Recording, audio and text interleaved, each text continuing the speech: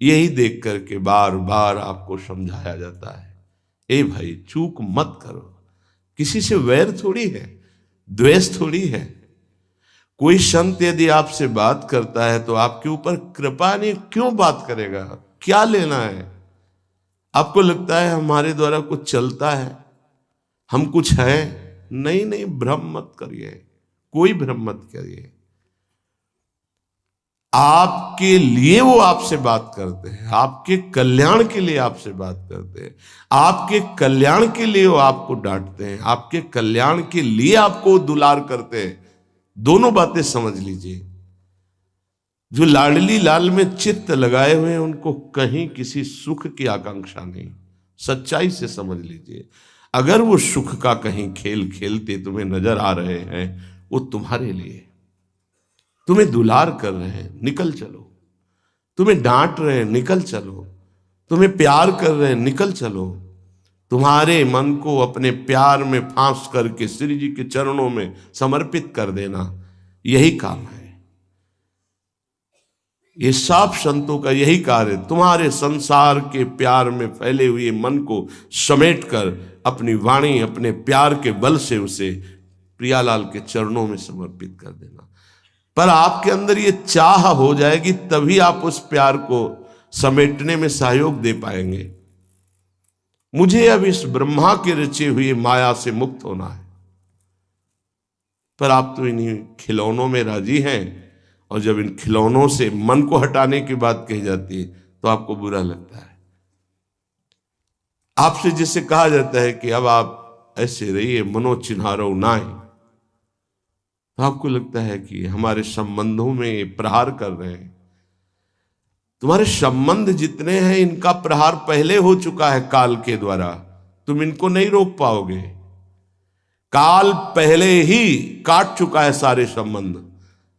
बस तुम संबंध का राग लेकर के यहां से जाओगे, दुर्गति हो जाएगी। और संबंध को प्रियालाल के चरणों में समर्पित करके जाओगे तो सदगति हो जाएगी, अनुराग हो जाएगा। जो आसक्ति संसार के संबंधों में है, वही आसक्ति जब संत महापुरुषों से हो जाती तो मोक्ष का खुला हुआ द्वार, ये भगवान कपिल देव जी कहते हैं। आप अपना अधिकार अपने में मत रखिए, गुरुजनों को दे दीजिए। अब हमारे जीवन की बागडोर आपके हाथ में है, आप जिस दिशा में चाहें ले चलें। हमारा केवल आपकी आज्ञा पालन करना कर्तव्य। तो कह रहे कदापि चिन्मयादुपरि चेत स्पृहा रोहणे। यदि तुम्हें इस चेतन अचेतन जगत से मुक्त होने की इच्छा जागृत हो गई है तो पहला, स्नेह का संबंध किसी से मत रखिए। स्नेह का संबंध केवल प्रियालाल से रखिए। वही स्नेह जो माता में, जो पिता में, जो भाई में, जो बंधु में, पत्नी में, पुत्र में, वही स्नेह प्रियालाल को चाहिए। आप और सब कुछ दो, भगवत प्राप्ति नहीं होगी। ये स्नेह दे दो तो भगवत प्राप्ति पक्की हो जाएगी। सबसे स्नेह करो श्यामा श्याम के संबंध से। हमारा स्नेह का संबंध श्यामा श्याम से, श्यामा श्याम के संबंध से स्नेह कोई फर्क नहीं पड़ेगा। पर आपको अभी ये कला नहीं आती है। आप जब तक एक बार समस्त संबंधों के स्नेह को बटोर कर प्रियालाल के चरणों में समर्पित नहीं कर देते, तब तक आपको लगेगा, वाणी से बोलोगे कि सब भगवत भाव से ही, लेकिन पूरा राग यही है, ये हमारे अमुक है, हमारे अमुक है। इसलिए इस रहस्य को समझो, पहले हटो, फिर जब वो राग अनुराग में बदल जाता है तो फिर पूरे विश्व से प्यार करो, कोई फर्क नहीं पड़ेगा। सब जीवन सो प्रीति रीति निवाहत आपनी, क्योंकि वो रीति जानता है। हमारी रीति श्यामा श्याम के संबंध से ही सबको मानना। एकांत की रति विधान करो, शब्दों को समझिए। एकांत की रति विधान करो, अर्थात हमारे हृदय देश में केवल इष्ट और गुरुदेव के सिवा किसी से प्रीति नहीं। और बहुत इस बात से हम कमजोर हैं। कहीं न कहीं हम अपनी प्रीति, हमारा दोस्त है, हमारा मित्र है, हमारा रिश्ता है, हमारा संबंध है, तो श्री जी करुणा करके आपको लाई अपने संबंध पुष्ट करने के लिए, फिर भी आप अज्ञानवश उन्हीं संबंधों को पुष्ट करते हैं जिससे आपकी दुर्गति हो जाए। जो आपके अरे एक हिरन के बच्चा के संबंध ने एक जन्म नष्ट कर दिया, फिर और किसकी बात करें। इसलिए एकांत की रति विधान करो। एकांत की आपकी रति हो चुकी है, इसका परिचय आपके सामने भारी विपत्ति आई, मन केवल श्री जी में, भारी संपत्ति सुख संपदा केवल श्री जी में मन, यह है एकांत की रति। अब उसको कोई विचलित नहीं कर सकता। जहां विषयी जन रहते हैं, विषयी जन संभाषण करते हैं, उस स्थान में, उस भीड़ में, उन लोगों के बीच में अरुचि हो जाना। रतिम मदन मोहने विदधताम तदेकांतिकीम। एकांत की भक्ति, विरति, जन समुदाय, प्रपंच भाषण करने वाले, इनसे संबंध नहीं। ना संतु जनतापने प्रतिवसंतु वृंदावने। जनता अर्थात केवल विषय प्रपंच की वार्ता करने वाले, तापने, हृदय में ताप पैदा हो उनके संग नहीं, मुझे संग नहीं, कोई भी हो, प्रिया प्रीतम से तुम्हें मतलब नहीं, उनकी चर्चा से मतलब नहीं, उनके संबंध से मतलब नहीं, तो हमारा आपसे क्या संबंध। देखो, जगत के संबंध प्रियता दिखा करके भोग सामग्री दे सकते हैं, धन दे सकते हैं, व्यवस्था दे सकते हैं, पर प्रियालाल की प्रीति नहीं। पूज्य श्री रघुनाथ दास गोस्वामी जी जब अपने गृह का त्याग करके महाप्रभु चैतन्य देव की शरण में गए, तो 2-3 दिन जो महाप्रभु को भिक्षा आती थी उसी से महाप्रभु दे देते थे। उनको लगा कि नहीं, जीवन जब महाप्रभु को समर्पित है तो हमको जीने का ढंग सीखना चाहिए, कैसे हम विरक्त होकर के जिए।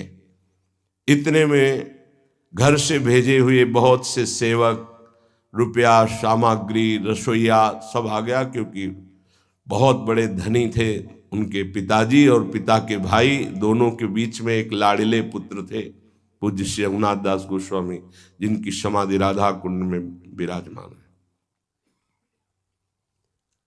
अब सुंदर सुंदर पकवान, भोग सामग्री घर के भेजे हुए रसोइये सब बनाते, प्रभु को भोग लगता, महाप्रभु चैतन्य देव को भी।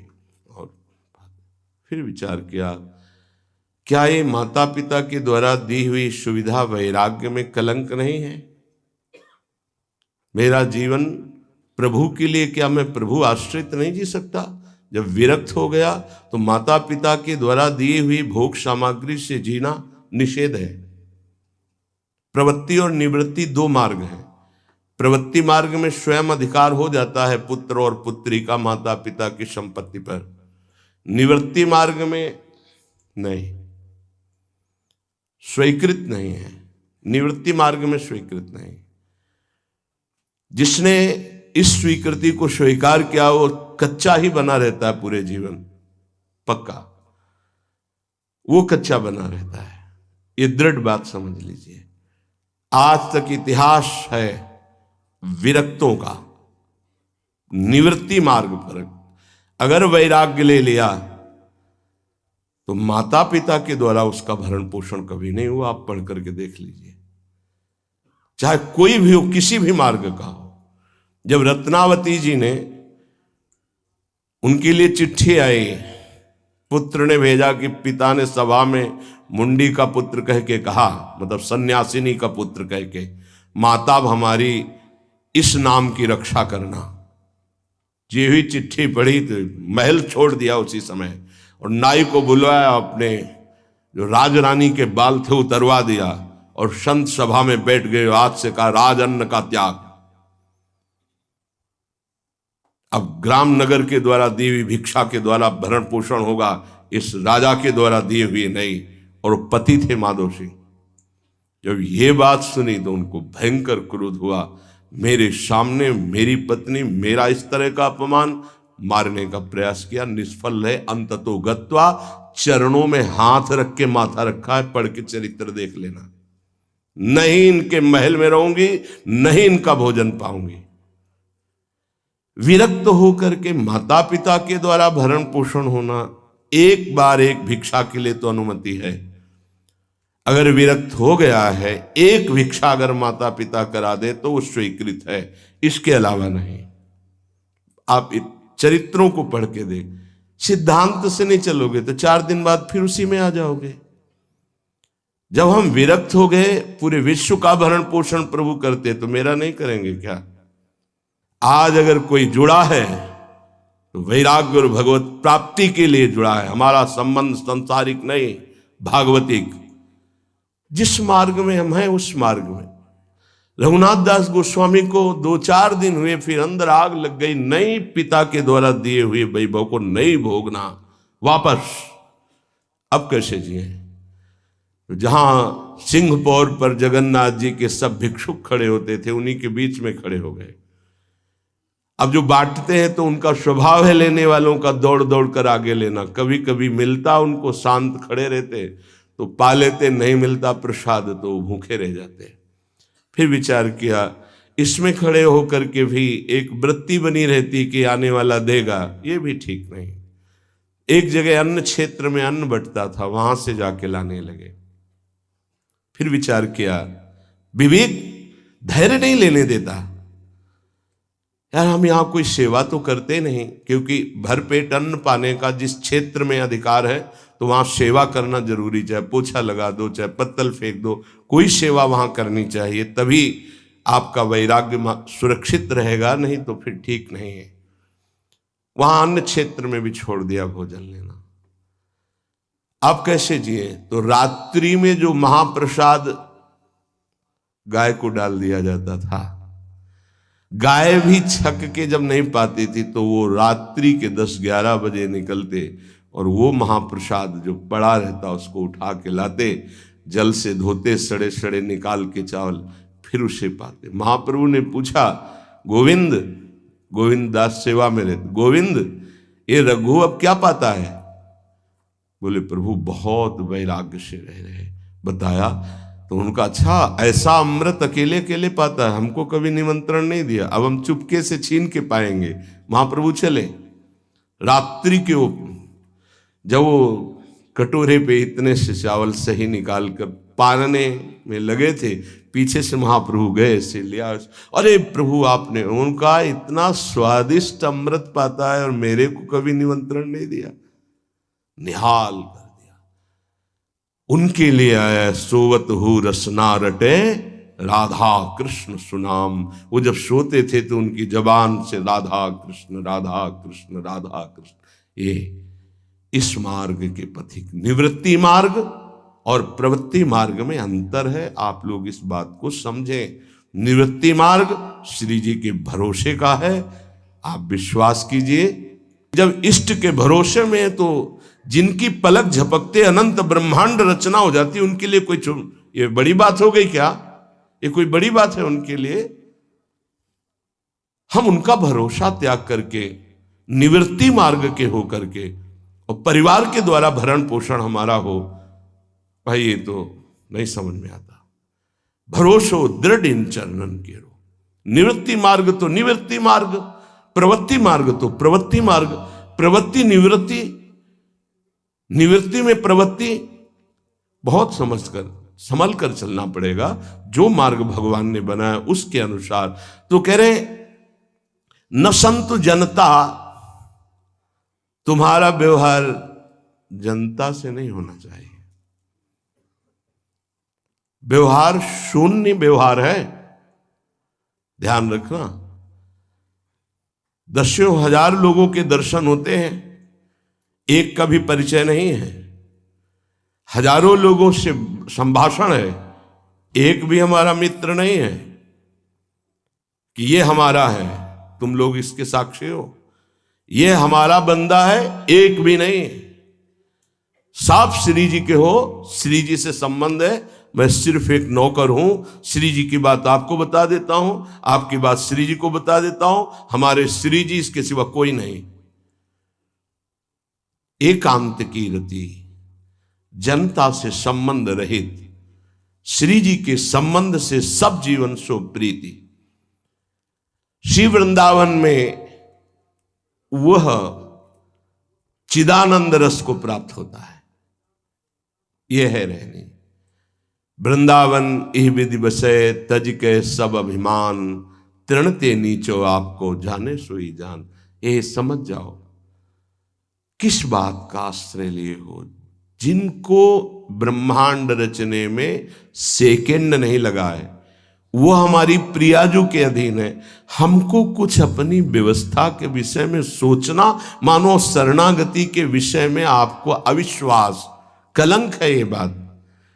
हे बिल्कुल भरोसे पे हो जाओ, फिर सामने देखो क्या होता है। बिल्कुल भरोसे पे हो जाओ। गुरुजनों ने कभी भी अन्य आश्रय नहीं होने दिया, कभी भी अन्य जगह जगह बचाते। वो जानते हैं कि अन्य आश्रय, धन का आश्रय, वस्तु का आश्रय, व्यक्ति का आश्रय, ये तुमसे सच्ची बताते हैं, गुरुजनों की कुछ बातें बाद में समझ में आती, पहले समझ में नहीं आती। केवल श्री जी का भरोसा रखो, जिसने आज दिया है वही कल देगा। जब गुरु जी को कोई कहता कि कभी काम में आ जाएगी ये वस्तु, रख लो, तो बोले इसी को मिटाने के लिए बाबा जी हुए हैं। जब कभी काम में आनी होगी तो तुरंत श्री जी भेजेंगे, हम इसको पहले से क्यों रखें। ये हमें चाहिए कि केवल श्री जी का आश्रय लेकर वृंदावन वास हो। देखना कितना आनंदित रहोगे। फिर रोना आता है, तुम्हारे आंसू फिर निकलेंगे। जब आप एकांत में होंगे, आपका कोई नहीं होगा और आपकी परिस्थिति विपरीत होगी, तब जो शरणागति होती है वही भगवत प्राप्ति कराती है। जब तक विपरीत परिस्थिति नहीं आएगी तब तक शरणागति परिपक्व नहीं होगी। बात लिख लीजिए, चाहे वो द्रौपदी जी हो, चाहे गजराज गजेंद्र जी हो, चाहे कोई भी हो, जब ऐसी विपरीत परिस्थिति आए कि कोई भी सहयोगी नहीं रह गया, तब शुद्ध शरणागति और भगवत साक्षात्कार। उस दिन के लिए तैयार रहो और मांगो कि हमारी आसक्ति का नाश करने के लिए परिस्थिति ऐसी दे दो प्रभु कि सिर्फ आप पर दृष्टि हो, सिर्फ आप पर, ना कोई हमारा, ना हम किसी के, सिर्फ आप। मेरे तो गिरधर गोपाल, दूसरों न कोई। बात समझो, सत्संग की बात को समझो, परमार्थ की बात को समझो। तो जब कोई हमारे जीवन में प्रश्न आता तो जो नील चादर ओढ़े हुए विराजमान है उनकी चादर की तरफ देखते, आकाश की तरफ, बाहर निकलकर आकाश की तरफ देखते। तत्काल उत्तर मिला है हमको, तत्काल भाग, यहां से भाग। झोला टांगा, रात्रि में भागे, जब भागे तब रात्रि में भागे। भागो भागो भागो, भागते भागते अब पायो परम विश्राम। अब वृंदावन, श्री वृंदावन विश्राम, सब सोहित निष्काम मत, श्री वृंदावन विश्राम। हे भागते रहो, संबंधों से भागते रहो, आश्रयों से भागते रहो। एक आश्रय केवल हरि गुरु का, बस एक विश्राम स्थल। जैसे आप रखो, जैसे आप रखो, हम उसी में राजी हैं। समस्त प्राणियों को वृंदावन के नमस्कार बुद्धि से देखो। देखो यहां की रहनी, वृंदावनी विधि बसे तज के सब अभिमान, तृणते नीचो आपको जाने सोई जान। तृण से नीच अपने को जो जानता है सबको नमस्कार करेगा।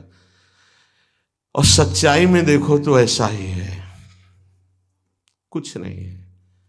कोरा अहंकार केवल है। क्या है हमारे अंदर? कुछ नहीं। अगर गुरु कृपा न हो, प्रियालाल की कृपा न हो तो कुछ नहीं। हाथ उठा के कहते हैं कोई बल नहीं है। बल है तो वो है, नहीं तो वो नहीं, तो कुछ बल नहीं। क्या बल है? आप देखो, अंदर से देख लो बैठ के, तुम्हारे अंदर क्या बल है। फिसल कर गड्ढे में गिरने का तो बल है, लेकिन गड्ढे से निकलने का बल तो नहीं है। फिसलने में क्या बल? फिसल कर गिरने का तो है, लेकिन गिर के संभलने का बल ये केवल गुरु का बल है, ये केवल इष्ट का बल है। इसलिए श्री धाम वृंदावन का आश्रय और वास स्वीकार करो। सबसे छोटा अपने को समझो, समस्त प्राणियों को नमस्कार करो। क्यों? क्योंकि कहीं कोई वृंदावन में किसी का अपराध न बन जाए। नमंतु ननु जंतु कानिह नमंतु रस्तु क्वचित। कहीं ऐसा ना हो जाए यहां किसी भी जंतु का, किसी भी जीव का, किसी भी शरीरधारी का अपराध न बन जाए। अगर वृंदावन में कोई अपराध ना बनने पावे और सबको हम नमस्कार करके रहें और श्री जी का केवल भरोसा रहे, तो आप चमत्कार देख लेंगे, अध्यात्म आपके अंदर प्रकाशित हो जाएगा। जैसे जैसे अध्यात्म प्रकाशित होता है वैसे वैसे शांत होता चला जाता है, मन शांत होता चला जाता है, कोई वासना हृदय में नहीं रहती। पूज्यपाद श्री उड़िया बाबा जी महाराज से प्रश्न किया, पीछे वर्णन किया गया था कि बड़े बड़े महापुरुषों की ये लोग निंदा क्यों करने लगते हैं, क्यों द्वेष करने लगते हैं? वो तो किसी से द्वेष नहीं करते। जितने महापुरुष हुए उनकी निंदा हुई है, वर्तमान में जितने हैं तो आप देख लो सैकड़ों अगर नमस्कार करने वाले तो कुछ निंदक आपको मिलेंगे। ऐसा क्यों होता है? क्योंकि संत तो किसी से द्वेष नहीं करते, द्रोह तो उनके हृदय में होता नहीं, अद्वेष्टा सर्वभूतानाम। फिर ये क्यों होता है, निंदा क्यों कहते हैं? तो कहते भगवान की दो शक्तियां हैं, एक है माया और एक है प्रेम भक्ति। जो प्रेम भक्ति से विमुख उनके हृदय में माया शक्ति का प्रभाव रहता है, यद्यपि उनका द्वेष भी इसी से होता है। उनकी महानता देख करके वो वहां चल तो सकते नहीं, तो उनका द्वेष बन जाता है। महानता देख करके उसमें चल नहीं पाएंगे। जैसे कहावत में आता है कि एक अंगूर को बहुत कोशिश की पाने की, जब नहीं मिले तो कहा खट्टे हैं, प्रयास किया लेकिन नहीं मिला। तो उनका प्रयास माया जनित है, तो प्रेम या भक्ति या सद्गुण या भगवद आश्रय नहीं धारण कर पाते, तो उनको द्रोह हो जाता है संतों से। आप नरसिंह मेहता जी का चरित्र देखिए, बड़े बड़े भक्तों का उन्हीं के गांव के लोग, उन्हीं के घर के परिवार के जनों ने ही द्रोह पैदा कर दिया। द्वेष, निंदा, मारने की चेष्टा, अपमान, ऐसे। अच्छा सोचो, उड़िया बाबा जैसे महापुरुष से क्या कभी ऐसा हो सकता है कि उनके मारने के लिए आदमी लगा दे? विचार करके देखो। पैसा देकर भेजा गया था कि सत्संग में जाके नाक काट लो। वो आदमी चुपचाप चाकू लेकर के आया और प्रणाम के बहाने तो संतों के सामने कौन रोकता, तत्काल चाकू निकाली और जे भी मारा तो हाथ पकड़ते पकड़ते चावल भर नाक में चल, मतलब थोड़ा सा ऐसे खून निकलने लगा। ऐसे बाबा ने रोका, पकड़ा और गुफा में ले गए। आज भी गुफा नीचे जो बनी हुई, बैठे और गरम दूध चीनी डाल के मंगवाया, पिलाया और कहा धैर्य धारण करो, बिल्कुल डरो मत, तुम्हें कोई नहीं मारेगा, तुमने ऐसा क्यों किया? तो रो पड़ा संत कृपा देख के और कहा बाबा मुझे इतने 1000 रुपये देने की बात कही गई थी कि बाबा मैं गरीब आदमी हूँ, पैसे के लोभ से बुद्धि मारी गई। उन्होंने कहा बस तुम ऐसे नाक में चाकू मार देना। ऐसा बाबा ने कहा कोई बात नहीं, कहाँ से आए हो? बोले हाथरस के हैं। बाबा ने ये नहीं पूछा कि किसने भेजा है। चतुरता इस बात की कि सब शिष्य थे, अगर ये पता चल जाए कि किसने तो उससे द्रोह हो जाएगा ना, बस इतना पूछा था क्यों तुमने ऐसा किया? तो बोले मुझे पैसा दे। ये नहीं पूछा किसने किया, क्योंकि उससे द्वेष हो जाएगा। अपने शिष्यों से कहा शपथ है हमारी, इसे डांटना भी नहीं और हाथरस की बस में सुरक्षित बैठाल करके आओ, चल जाओ। बोलो ऐसे महापुरुष को फिर बाद में लीला, द्वेष की हद हो गई, संसार द्वेष की सूली पे चढ़ा दिया, जहर पिला दिया। मीरा जी को जहर पिला दिया, प्रहलाद जी को क्या? क्यों ऐसा करते हैं लोग? बोले माया से आसक्त चित्त वाले जब भक्त को देखते तो उनके अंदर गाली देने का मन होता है, जलन पैदा होती, स्वभाव ऐसा स्वाभाविक है। उनके हृदय में इतना द्वेष पैदा होता है कि वो दुष्ट हृदय कैसे इनकी हानि हो, बस ये सोचते हैं कैसे इनकी। बड़ा विचित्र खेल है। इस संतों के साथ क्यों? पलटू बाबा को अयोध्या में झोपड़ी में ही आग लगा दी आसपास से। ऐसा ऐसा क्यों होता है? तो बोली माया शक्ति कि जिसके हृदय में माया का प्रभाव, मलिन हृदय होता है, वो संतों से स्वाभाविक द्वेष करते हैं, जो कि द्वेष के पात्र नहीं है। वो किसी से वो द्वेष नहीं करते। एक संत आप चरित्र उठा करके देखो, संतों से द्वेष करने वाले प्रत्येक महापुरुष के जीवन में देखा गया कि द्वेष करने वाले, और कोई कोई तो उन्हीं के पार्षदों के रूप में द्वेष करने लगे, उन्हीं के पार्षद बनकर उनकी खिलाफत करने लगे और उन्हीं के पार्षदों के द्वारा उनको सूली पर चढ़ाया गया। बड़ा विचित्र माया का खेल है। इसी से वो भक्तों की निंदा करते हैं और भक्तों से द्रोह करके अपना सर्वनाश कर लेते हैं। तो क्या इससे बचा जा सकता है?